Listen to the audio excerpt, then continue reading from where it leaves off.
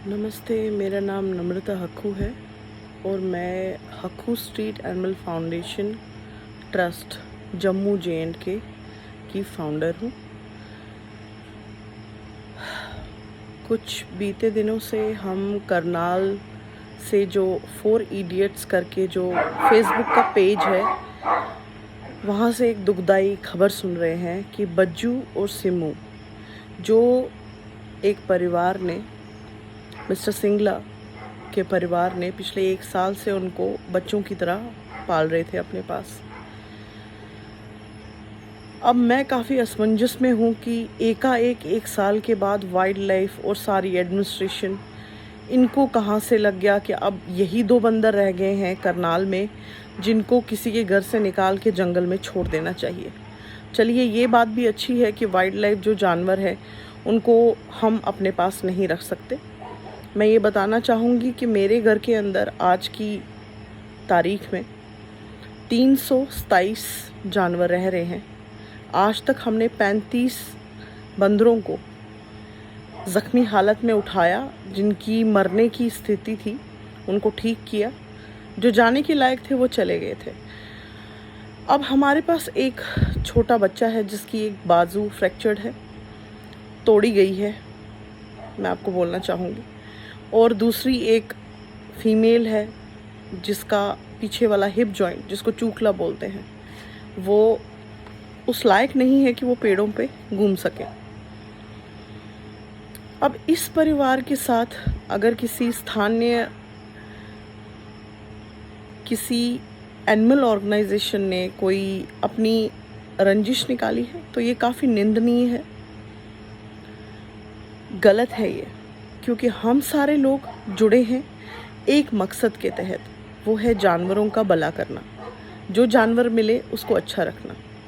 मैं आपको बताना चाहूँगी कि मिस्टर सिंगला ने हमें कांटेक्ट किया था अप्रैल 2021 को, जब हमारी एक स्टोरी द स्टेट सेंटिनल के थ्रू सब लोगों के लिए फेसबुक पे चढ़ाई गई थी।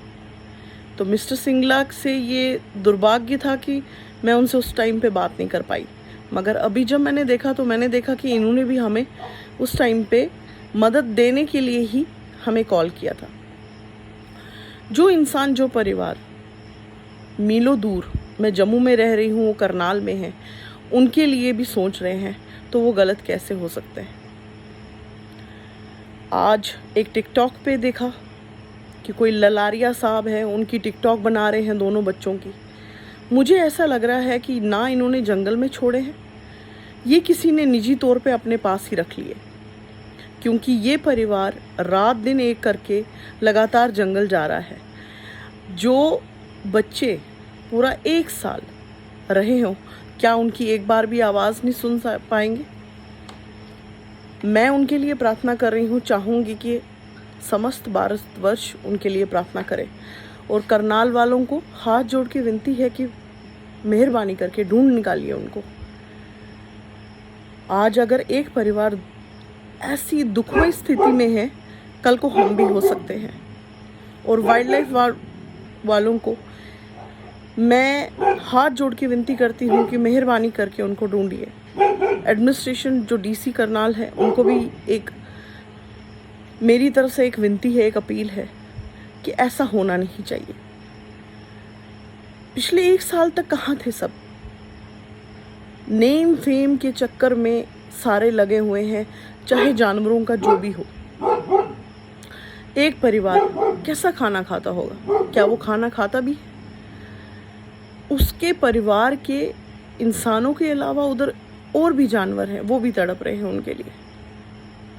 आप मान नहीं सकते हैं, ये काफ़ी भावुकपूर्ण और दुखमयी स्थिति है। अभी मेरे आंसू कभी रुकते नहीं हैं और आज भी नहीं रुकेंगे। लाइए बज्जू और सिमू को, लेके आइए। ये आपका काम है वाइल्ड लाइफ, ये एडमिनिस्ट्रेशन का काम है। अगर जबरन उनको कहीं बंद रखा गया है, मेहरबानी करके, अगर कोई संस्था इस चीज़ में इन्वॉल्व है तो उसके लिए शर्म आनी चाहिए उनको। पैसा सब कुछ नहीं होता, गलत से गलत इंसान पैसा कमा लेता है, मगर जानवरों के नाम पे नहीं। बज्जू और सिम्मू को लाइए। ये समस्त भारतवर्ष आपको बोल रहा है। कहाँ होंगे वो? किस साल में होंगे? कल तक जो आराम की ज़िंदगी जी रहे थे, प्यार मिल रहा था, दुलार मिल रहा था, बातें उनके साथ करते थे, हंसी मजाक सब, क्या हो गया? हम इंसान हो के इतना कैसे कर सकते हैं? इतना गिरा काम नहीं कर सकते हम।